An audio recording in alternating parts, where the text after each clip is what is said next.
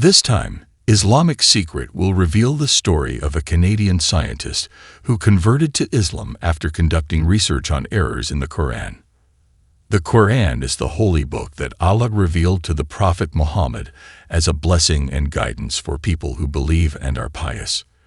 This can be seen by anyone who follows the instructions of the Quran.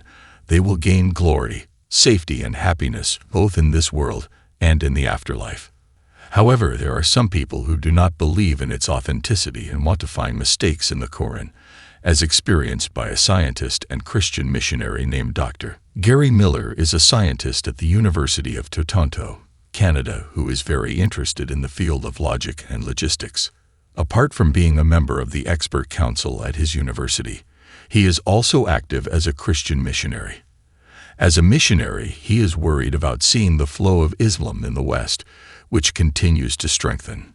To fight this current, he then studied the Quran with a focus on finding errors in the Holy Book. The same as other books, he believes that the Quran must also have weaknesses. Apart from that, its aim is to convince Muslims that Islam is a wrong religion, while at the same time wanting to elevate the status of Christianity. However, before studying the Quran, he read Islamic books written by Orientalists. When reading these books, Gary could not let go of his critical attitude as a scientist. He concluded Orientalist conclusions that often cornered the teachings of Islam and the Prophet Muhammad. How could a prophet whose teachings were worldwide be called insane? Is it possible that the figure of the Creator's messenger who carries and spreads the divine message is living an abnormal life? Such conclusions are completely unreasonable. Gary ignored it. Gary wanted the truth. If Muhammad was a good and intelligent person, why did he have to lie to claim his prophethood? Or, if the apostle was crazy, said Gary, how could he possibly understand divine revelation? Not satisfied with Orientalist books, Gary studied the most accurate source of Islamic teachings, namely the Quran. As a result, he was even fascinated. Gary started studying the Quran to look for scientific and historical errors in the Muslim holy book. As time went by studying the Quran, everything he expected could not be found in the Quran. In the end, he was amazed at what he found. In fact, he actually found various kinds of knowledge that were not found in books in this world. He hoped to find in the Quran such events that were difficult for the Prophet Muhammad, such as the death of Khadijah, his wife, or the death of his sons and daughters. But to no avail, he didn't get any of that. One thing that added to his confusion was that he found in the Al-Quran a complete letter called the Maryam letter, containing about Maryam's self-glorification, which is not found in parallel in Christian books or in the Gospels. He did not even find in the Quran a letter with the name Isaiah or Fatima. Likewise, he found the name Isa mentioned 25 times in the Quran, while the Prophet Muhammad was not mentioned, but only 5 times. Next, he continued to read the Quran carefully and slowly, more intensely than before, in the hope that perhaps he would find some mistakes that would support his mission in converting Muslims and inviting them to Christianity. But suddenly he was knocked to his knees by an extraordinary verse. Gary discovered several verses from the Quran that actually moved his heart. He began to doubt that he could find errors in the Quran. As stated in the letters, An-Nisa verse 82, and Al-Baqarah verse 23. The verse reads, "Then don't they appreciate and study the Quran? If the Quran were not from Allah, they would surely find many contradictory things in it. And if you remain in doubt about the Quran which we revealed to our servant Muhammad, make just one letter like the Quran and invite your helpers besides Allah, if you are truthful people." Dr. Miller commented on this verse by saying, including the basis of modern science, as it is known as knowing or calculating errors in theories until they are proven to be true.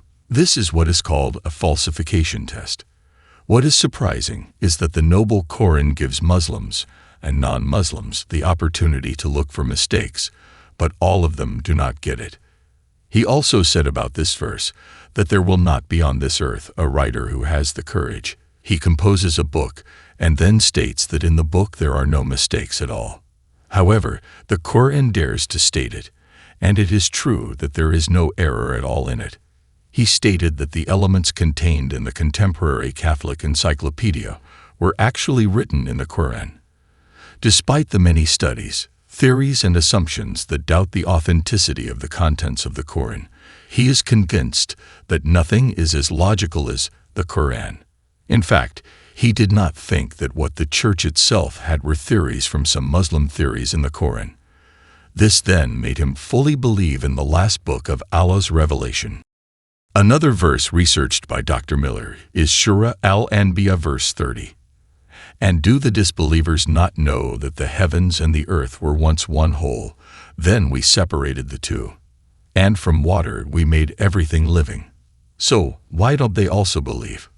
This verse made him stunned, and then commented that this verse was actually the theme of a scientific research whose author received the Nobel Prize in 1973.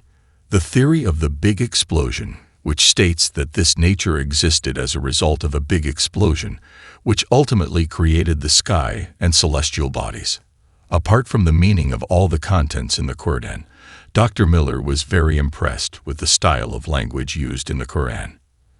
Without the slightest doubt that in the Quran there is an inimitable and fascinating view, which is not found anywhere else, namely that the Quran gives you information about certain things, he said. He said that there is not a single book from the religious holy books that speaks in a language like the Quran. All other holy books are collections of information that tell humans where the information came from. For example, the Bible is distorted.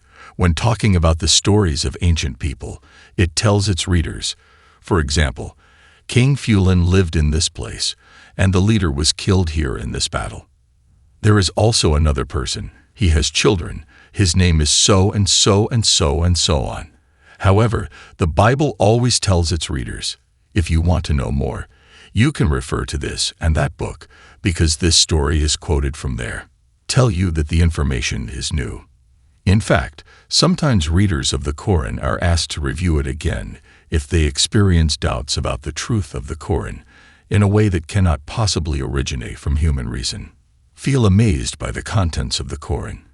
He then decided to convert to Islam, and through lectures and other activities, he began to invite other people to join him on the right path.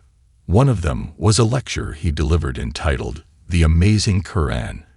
He is very famous for his audio lectures, which discusses Islam and the Quran, rebuttal of Christianity, and other topics. The most interesting thing about him is the use of simple and short words in his lectures. Apart from rational and logical methods, he also has a voice that can touch the hearts of every listener.